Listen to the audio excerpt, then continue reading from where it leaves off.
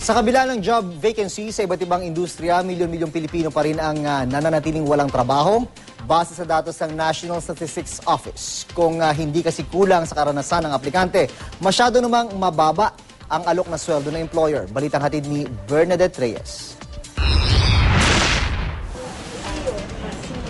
4 na taon ang sumasideline si RC Cubillanes bilang caregiver.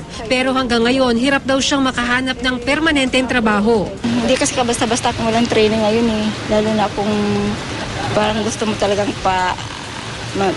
permanente yung trabaho mo, hanap sila ng training.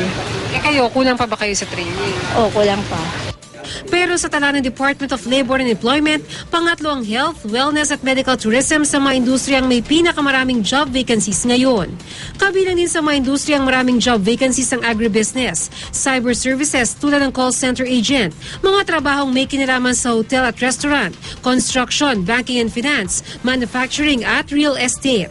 Kung ang Department of Labor and Employment ang tatanungin, marami bakaling trabaho sa Pilipinas pero marami pa rin mga Pilipino ang hindi makahanap ng trabaho. Nagkakaroon tuloy ng job mismatch na nagresulta sa underemployment.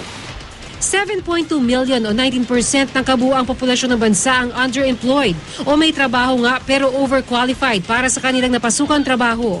Kaya naman ang Department of Labor and Employment aktibo sa kampanyang Career Guidance Counseling. Kapag sila'y gumraduate ng high school at mag-enroll sa kolehiyo, ay ang i-enroll nilang mga kurso ay yung mga kurso na kapag nakagraduate na sila ay may mabilis na trabaho silang makikita.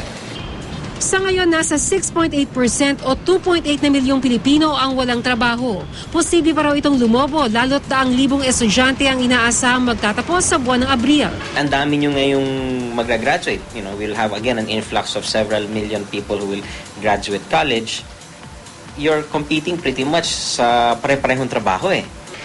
Sa survey ng DOLE, ang kadalasang mga dahilan kung bakit marami pa rin ang walang trabaho kahit marami ang job vacancies, maraming hindi kwalipikadong aplikante, kulang sa karanasan o naghahanap ng mas mataas na sweldo.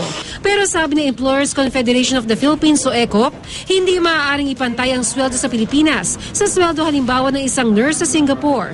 Pero kahit mas mababa ang sweldo sa Pilipinas, maganda pa rin daw maghanap ng trabaho sa sariling bayan. Kung ikaw ay nasa emerging economy like us, hindi naman tayo masyadong magiging competitive kung itataas na kagad natin. Hindi kakayanin ang local economy natin.